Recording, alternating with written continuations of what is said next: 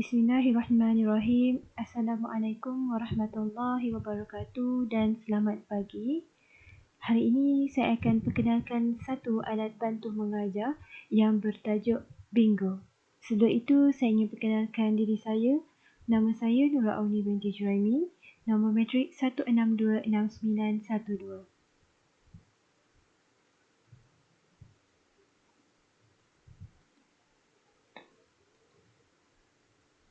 Okey, jadi sebelum itu kita kena tahu apa yang akan kita bincangkan pada hari ini. Yang pertama, kita akan bincang berkenaan dengan bahan-bahan yang mana peralatan yang akan digunakan dalam alat bantu mengajar ini. Yang kedua adalah panduan dan peraturan, iaitu peraturan dan cara permainan ABM ini. Yang ketiga, contoh soalan yang mana akan menggunakan topik matematik ke dalam ABM. Dan juga yang terakhir, kesimpulan yang mana kelebihan dan kelemahan serta cadangan bagi penambah baik. Seterusnya, kita ingin mengetahui apakah projek kita ini, iaitu yang pertama, namanya. Nama adalah Bingo. Nama permainan ini adalah Bingo dan jenis permainan ini adalah ABM bukan elektronik. Topik adalah pelbagai topik matematik yang boleh kita lakukan, kita gunakan. Okey, sebelum kita akan lebih lanjut kepada projek kita kena tahu dulu apa itu Bingo. Jadi Bingo merupakan permainan yang mana dia mempunyai grid pattern atau matrix. Para pemain boleh meletakkan nombor secara rawak ke dalam petak yang disediakan sebelum perlawanan bermula. Jadi semasa perlawanan, nombor secara rawak akan dipilih dan pemain yang menulis nombor tersebut boleh menandakan pada nombor tersebut. Pemenang dipilih apabila dapat menandakan garis lurus nombor sama ada secara mendata, menegak atau menyerong.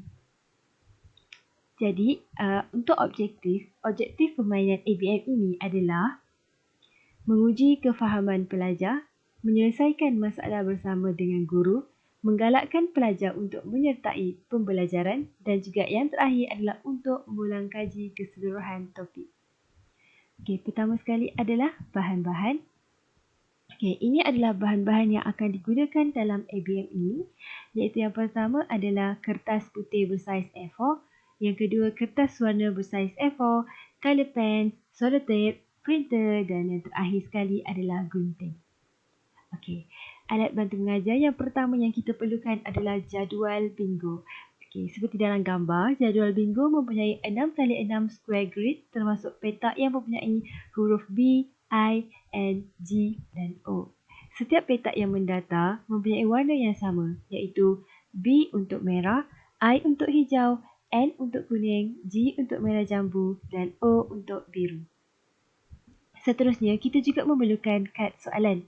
Jumlah kad ialah 40, yang mana kad ini mewakili nombor soalan. Di belakang kad terdapat soalan bagi topik yang ditetapkan oleh guru. 5 jenis warna kad iaitu warna merah, hijau, kuning, merah jambu dan biru, yang mana sama seperti jadual Bingo sebelum ini. Okey, setiap warna akan ditulis nombor di atasnya mengikut turutan, iaitu untuk merah 1 hingga 8, hijau 9 hingga 16, kuning 17 hingga 24, merah jambu 25 hingga ke 32 dan biru 33 ke 40. Kad ini akan diletakkan di dalam kotak nombor soalan. Okay. Seterusnya, alat bantu mengajar yang lain, iaitu bahan-bahan yang lain adalah kita kena ada nama-nama pelajar. Okay. Nama-nama pelajar akan ditulis di atas kertas A4 putih yang telah digunting dan akan diletakkan di dalam kotak nama pelajar. Okey, terdapat 2 kotak kecil yang atasnya ditulis nama pelajar dan juga nombor soalan. Yang mana kita akan letakkan nama-nama pelajar ke dalam nama pelajar dan nombor soalan iaitu nombor soalan tadi tu kita letak ke dalam kotak nombor soalan.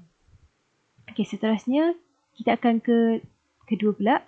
Perkara kedua yang akan kita bincangkan iaitu panduan dan peraturan permainan. Okey, ini adalah langkah yang pertama. Kita akan tengok video. Jadi guru akan beri jadual Bingo kepada semua pelajar. Dan kemudian pelajar akan mengisi nombor pada petak-petak kosong secara rawak mengikut warna yang ditetapkan.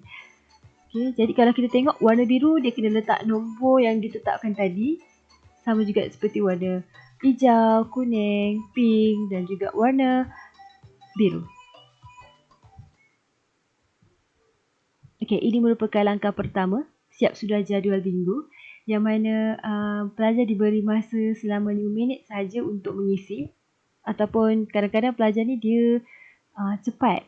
Kadang cepat je dia tulis. Kurang dari 5 minit pun dia boleh tulis. Okey, seterusnya adalah langkah yang kedua pula. Okey, sekarang kita proceed ke langkah yang kedua. Okey, guru akan mencabut nama mana-mana pelajar. So, okey, dapat nama. Dan kemudian pelajar kena cabut nama. Dan dia kena selesaikan soalan itu. Yang mana soalan itu terdapat di belakang kad. Okey, seterusnya. Okey, sekiranya pelajar dapat nombor 5. Dia kena tanda nombor 5 kepada kat belakang tu. Dekat jadual bingo dia. Maafkan saya. Okey, sebagai contohnya, seorang pelajar ini, nama dia telah ditarik. Dan kemudian, dia kena jawab soalan. Dia kena jawab soalan di hadapan dan terangkan kepada kawan-kawannya. Dan seterusnya, dia dapat nombor 5 kan? Jadinya, nombor 5 ni, kepada semua pelajar kat dalam kelas tu, termasuk dia, kena pangkah kepada dekat nombor 5 pada jadual bingo. Seandainya, mereka tiada nombor 5, mana mereka tak tulis nombor 5, mereka tak perlu buat apa-apa. Okay. Seandainya nombor mereka dicabut saja yang akan mereka tanda. Okay. Seterusnya adalah langkah yang ketiga. Okay. Untuk langkah yang ketiga ni, sebelum ke langkah ketiga, langkah kedua ni akan ulang sampai terdapat seorang pelajar akan kata bingo. Okay. Untuk ABM saya ni, saya target sebanyak 10 kali bingo. Mana 10 orang pelajar ataupun pelajar sama pun berkata bingo. Tetapi ini bergantung kepada waktu belajar kita. Sebagai contohnya, kita tahu dalam kelas hanya ada masa 1 jam sahaja kan. Jadinya mungkin permainan ini akan diteruskan sehingga 1 jam habis kelas. Dan kemudian kita akan sambung pada minggu hadapan atau kelas seterusnya. Jadinya macam mana kita nak tahu bingo ni akan terjadi. Jadi ini adalah videonya. Jadi ini adalah garis lurus menegak. Itu adalah bingo. Dan juga bingo boleh terjadi apabila garis lurus mendatar ataupun garis lurus menyerong. Okey. Jadinya itulah antara langkah-langkah dalam aktiviti ABM ini. Okey, sekarang kita akan ke contoh soalan. Untuk contoh soalan, saya telah pilih topik ungkapan algebra yang mana ada di tingkatan 2. Okey, B, I and G, O sebenarnya mereka terbahagi kepada tahap-tahap soalan. Yang mana B adalah soalan yang paling senang sehingga ke O soalan tu makin susah. Okey, ini adalah contoh soalan untuk ungkapan algebra. Yang pertama, dia hanya untuk kembangkan nombor dengan ada satu je anu. Dan seterusnya dia makin susah. Dan soalan sampai O, dia melibatkan real life problem. Okay. Seterusnya kita tengok ke untuk contoh soalan yang kedua pula, iaitu topik bulatan. Sama juga topik bulatan, kita start daripada mudah, B mudah, I mudah lagi. Maksudnya I mudah sikit. Dan sehingga ke O. Yang mana O kalau kita perasan, dia dah mula soalan apa ni? Soalan susah. Soalan real life. Okey, seterusnya. Okey, sekarang ni kesimpulan pula. Okey, untuk kesimpulan, ada kelebihan dan kelemahan yang terdapat dalam ABM ini. Kelebihan dia adalah dia senang dibawa. Kenapa? Sebab dia menggunakan kertas dan kita senang je letak dalam beg dan boleh bawa ke kelas. Okey, permainan ini sangat menyeronokkan. Betul, menyeronokkan. Sebab dia melibatkan semua pelajar. Dan seterusnya, meningkatkan keyakinan diri dalam diri pelajar. Maksudnya, tingkatkan keyakinan. Sebab pelajar, dia akan rasa bersedia apabila permainan bingo yang akan diadakan. Sebab, nama akan dipilih secara rawak dan nak tak nak, mereka kena bersedia. Okay, seterusnya pelajar juga dapat mengulang kaji bersama guru yang mana mereka dapat membincangkan soalan tu seandainya mereka tidak faham. Jadi guru boleh membantu waktu ini. Dan kemudian kelemahannya pula adalah masa tidak mencukupi sebab kekangan masa. Sebab kita hanya ada 1 jam je untuk satu sesi. Okey, dan seterusnya terdapat beberapa pelajar yang tidak dapat menjawab soalan. Betul lah, sebab kita tak cukup masa, jadi ada beberapa pelajar yang takkan dapat jawab. Okey, untuk cadangannya pula adalah bagi soalan yang tidak dapat dibincangkan dalam kelas akan dijadikan sebagai kerja rumah kepada kelas ataupun kerja rumah kepada pelajar, ataupun boleh juga guru akan meneruskan permainan ini untuk kelas yang seterusnya ataupun minggu hadapan. Okey. Dan manakala untuk pelajar yang tidak dicabut namanya tu akan dicabutlah untuk kelas akan datang. Okey.